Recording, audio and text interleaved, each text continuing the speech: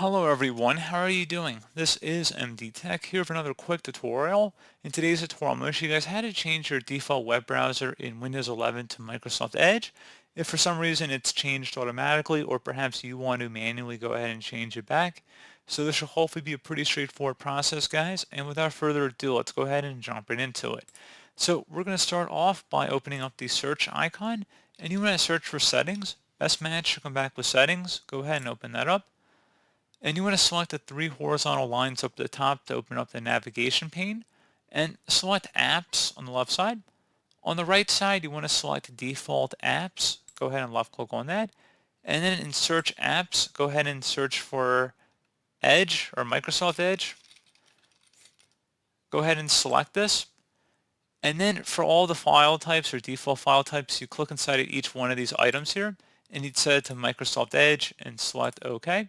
Again, you do that for all of them, unless you wanted to change them to a different application or browser, of course. But like I said, pretty straightforward process here, guys. Do hope I was able to help you out, and I do look forward to catching you all in the next tutorial. Goodbye.